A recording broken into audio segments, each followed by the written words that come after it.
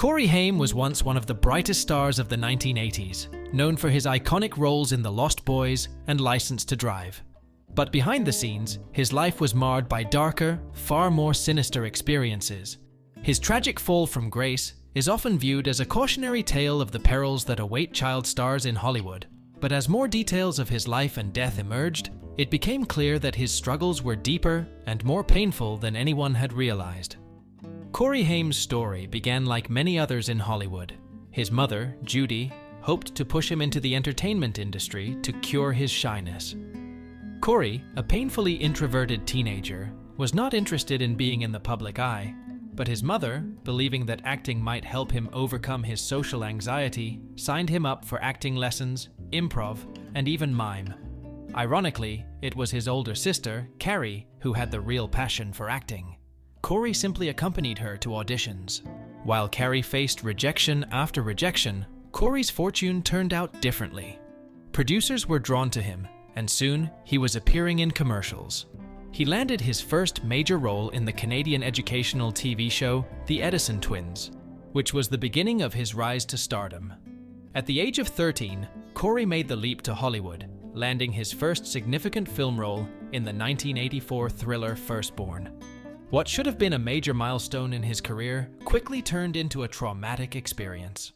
Corey, eager to learn from his older co-stars, tried to compliment Peter Weller, his co-star, on his acting.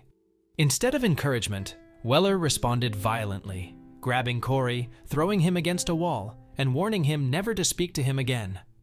Weller later explained this act as part of his method acting, but the incident left a deep emotional scar on Corey.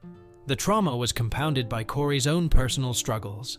His parents had divorced in 1982, and at a crew party for Firstborn, Corey broke down in tears when he saw his parents dancing with other people. It was clear that the emotional toll of his childhood was already weighing heavily on him. As Corey continued to land roles, he seemed to be on the verge of stardom. In 1985, he starred in Silver Bullet, followed by a standout performance in A Time to Live, which earned him a Young Artist Award. But it was his role in the 1986 film Lucas that would mark a turning point in his life. While filming Lucas, Corey became close friends with fellow actor Corey Feldman, who would later become his most trusted ally. However, this movie set the stage for some of the darkest accusations of Corey's career. Feldman has alleged that Corey was sexually abused by Charlie Sheen during the film's production. Sheen has repeatedly denied these accusations, and Corey's sister, Carrie, publicly defended Sheen, claiming he was too focused on her to be involved with her younger brother. The accusation was dismissed at the time, but in 2017, actor Dominic Brassia came forward with a similar claim, reigniting the debate. Corey's mother, Judy, denied the allegations against Sheen and instead accused Brassia of being the abuser. However, the cloud of mystery surrounding these events has remained ever since, and many questions about Corey's early trauma continue to linger. Despite the turbulent times on Lucas, Corey's career soared. He and Corey Feldman became Hollywood's most famous duo, the Two Coreys, appearing together in hits like The Lost Boys and License to Drive. Their bromance became a beloved aspect of 1980s pop culture. However, behind the scenes, both Coreys were struggling with their own demons. During the filming of License to Drive, director Greg Beeman observed that the two were often goofing around on set or disappearing entirely. Still, they always showed up on time for work. But off the set, Corey was already battling a growing addiction. In rehab, he was prescribed medication to manage withdrawal symptoms, which eventually led to a dangerous dependency on Valium. As his pill consumption grew, so did his dependency. At one point, he was reportedly taking up to 85 pills a day. His addiction began to affect his career, with fewer acting opportunities and a shift toward low-budget, direct-to-video films. Corey's personal life was equally fraught with drama. He began a high-profile relationship with Baywatch star Nicole Eggert, who became his girlfriend both on and off set. The couple's relationship was intense, filled with nights in the emergency room as they battled his addiction. They even got engaged, but ultimately broke up before walking down the aisle. Financially, Corey made a questionable decision to purchase a mansion in Hancock Park, Los Angeles, alongside his manager, Michael Bass, who had a shady past. Base rushed the purchase so they could host a charity event for Toys for Tots, an event that was later revealed to be a scam. When Corey attempted to fire Bass, the manager retaliated by taking him to court, and the ensuing legal battles and personal turmoil only deepened Corey's troubles. At one point, Corey was arrested after firing a BB gun at Bass. His close friend Feldman bailed him out, but the damage to Corey's reputation was already done. In 1993, Corey Haim was invited to spend time at Michael Jackson's Neverland Ranch, where he and Feldman enjoyed go-karting and watching movies. It was a visit that would later become the subject of controversy. Feldman would later claim that Jackson had inappropriately touched him during their visit. At the time, he was reluctant to speak out, but as his relationship with Haim deteriorated, he began to reflect on the darker side of Hollywood. Feldman would later accuse the entertainment industry of silencing their stories and covering up the abuse they had suffered.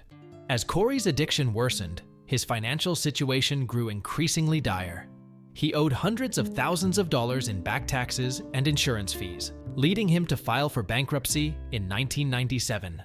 His personal life continued to spiral, and by 2001, True Hollywood Story painted a bleak picture of him living in a modest apartment in Santa Monica, struggling to get by. Though Corey Haim found brief hope in the mid-2000s, with his appearance in the reality TV series The Two Coreys alongside Feldman, his demons remained. The show revealed the extent of his addiction struggles and personal trauma.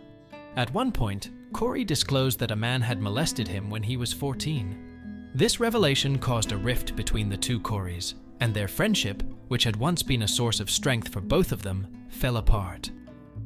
By 2010, Corey Haim's life had become a tragic tale of addiction, lost potential, and missed opportunities. He died that year from an accidental drug overdose at the age of 38. Though his official cause of death was listed as pneumonia, it was clear that his drug abuse had played a significant role in his untimely demise. Corey's death left many unanswered questions. His mother, unable to afford a proper funeral, was assisted by the city of Toronto and a memorabilia site to cover the costs. Yet, even in death, Corey's legacy remained clouded by scandal and mystery. His name was noticeably absent from the Oscars' In Memoriam segment in 2010, a glaring omission that suggested how quickly Hollywood had forgotten him. Corey Haim's life was a tragic narrative of talent squandered, abuse endured, and addiction that ultimately consumed him. Yet, his story is also a stark reminder of the darkness that often lurks behind the glitz and glamour of Hollywood stardom, an industry that, for all its promises, can be a cruel and unforgiving place for those who enter it too young. If you found this video insightful, make sure to hit that like button and subscribe for more deep dives into the untold stories of Hollywood. Let me know your thoughts in the comments. Do you think the industry has learned from the mistakes it made with Corey and other child stars?